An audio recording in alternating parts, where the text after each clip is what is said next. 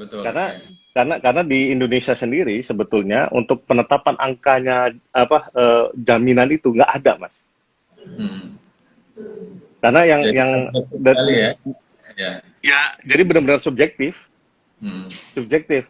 Karena kan penahanan itu juga subjektif karena dia bisa melarikan diri, kemudian Ya. dia bisa mengulangi perbuatan, menghilangkan barang bukti, ya kan Ya, betul. subjektif. Nah, kalau kalau penyidik atau penuntut umum itu kan dia lagi nyidik, maksudnya dia lagi berproses.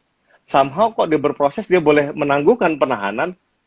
Aduh, saya pikir sih agak sedikit ya banyak mainnya begitu. Iya, Tapi kalau dia misalnya kita ngadep hakim, apa namanya ada kan di Indonesia belum belum mengenal itu soal hakim komisaris atau hakim yang menentukan bahwa ini sidangnya bisa jalan atau tidak. Yang itu di hmm, RUU KUHP baru dibuat kan. Ya menurut saya itu saya mendukung itu untuk lebih gampangannya ya lebih fair prosesnya. Karena ya, abuse of power-nya bisa dihindarkan. Karena kalau contohnya karena kan hakim itu kan tahu hukum, Mas. Karena dia kan atas nama Tuhan yang Maha Kuasa, dia wakil Tuhan di dunia. Jadi kalau untuk memutuskan sesuatu, saya rasa dia cenderung lebih adil daripada penyidik ataupun penuntut umum. Karena kan dua itu tugasnya kan buat menghukum. iya. Benar nggak? Nah, jadi apapun ceritanya dia, kalau logika dia, angkanya atau caranya pasti akan terlalu subjektif sekali. Mengakibatkan jalannya penyidikan itu tidak membuktikan bahwa itu bisa keadilan itu akan terpenuhi atau kebenaran akan terkuak. Tidak, dia cuma menunda menunda jalannya proses pengadilan itu untuk tertunda. Nah itu Hmm, menurut saya sih agak kurang kurang pas kan gitu. Nah terus tentang penangguhan penahanan ini sebetulnya bukan artinya dia itu tidak bakal dihukum nanti. Ya kan kita nggak tahu, dia harus menjalani proses. Makanya penangguhan penahanan itu sebetulnya dia boleh apa namanya daripada dia menuhin rutan sebelum dia menunggu sidang, ya kan?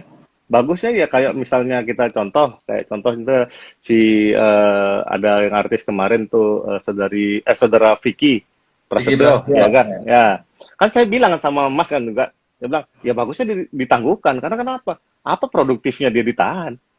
Iya, Walaupun betul. ancamannya 5 tahun, nah tapi kan karena tiap hari dia di TV, dia mau lari kemana? Iya, betul. Hmm. Ya, jadi logiknya kan di situ kalau dia mau mengulangi perbuatan, ya masa dia nggak kapok sih? Dan dia tiap hari di TV kan otomatis kan ya gampangnya kalau mau ditangkap aja sehari ya 1 kali 24 jam masih dapat Mas, nggak mungkin kabur dia Iya, kan karena dia gitu. seperti tahanan kota ya, karena apa stripping syutingnya ya. Betul, dia sendiri nggak bisa kabur apalagi karena dia ada kontrak kan. Nah, Iya. dia mau melarikan diri dari kontraknya pun kan susah. Hmm. Nah, artinya nggak perlu sampai dia ditahan di rutan, itu menurut saya nggak manusiawi. Dan kalau soal angkanya, nah di Indonesia itu sistemnya nggak ada yang gampangannya.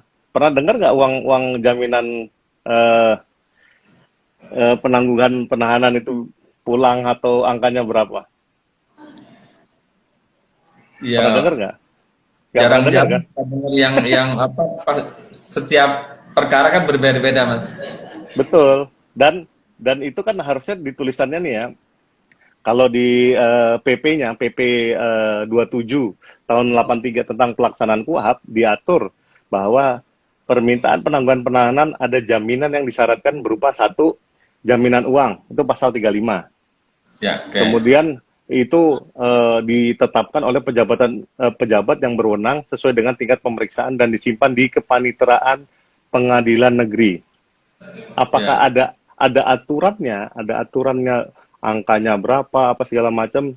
Tentu saja PP yang soal ini tentang pelaksanaan KUHP ini belum diperbarui karena 83 itu terakhir.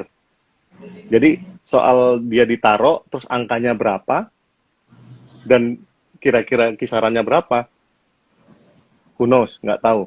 Yang netapin siapa? Karena kan ada tiga jenjang tadi, penyidik, penuntut umum, Umum dan atau hakim. hakim. Nah, Ya. dititipkannya bukan di mana-mana tapi di kepaniteraan di pengadilan. Ya. Dan kalau kita ke pengadilan, ada nggak formnya? Kayak ada form biaya perkara, apa segala macam penangguhan, ada nggak? Sampai sekarang belum ada, Belum ada, oke. belum ada. Nah, jadi apa namanya penyetoran itu cuman kayak konsinyasi ini mas, apa namanya kalau pembebasan untuk proyek negara, nah itu mirip kayak gitu.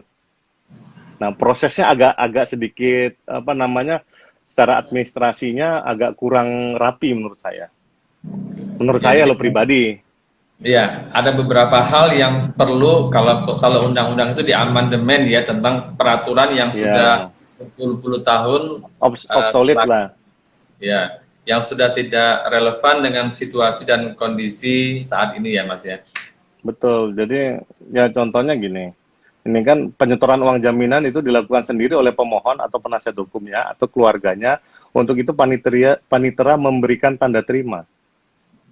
Nah, habis itu tulisannya penyetoran ini dilakukan berdasarkan formulir penyetoran yang dikeluarkan instansi yang bersangkutan.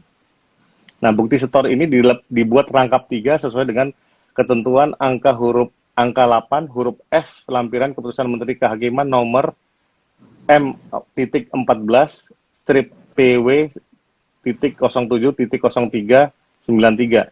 Tembusan tanda penyetoran tersebut oleh panitera disampaikan kepada pejabat yang berwenang sesuai dengan tingkat pemeriksaan untuk menjadi dasar bagi pejabat yang menahan, mengeluarkan surat perintah atau surat penetapan penangguhan penahanan.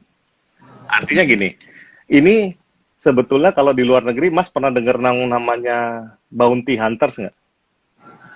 Belum mendengar. Bounty hunters itu kalau misalnya ada orang yang kabur dari jadwal sidang.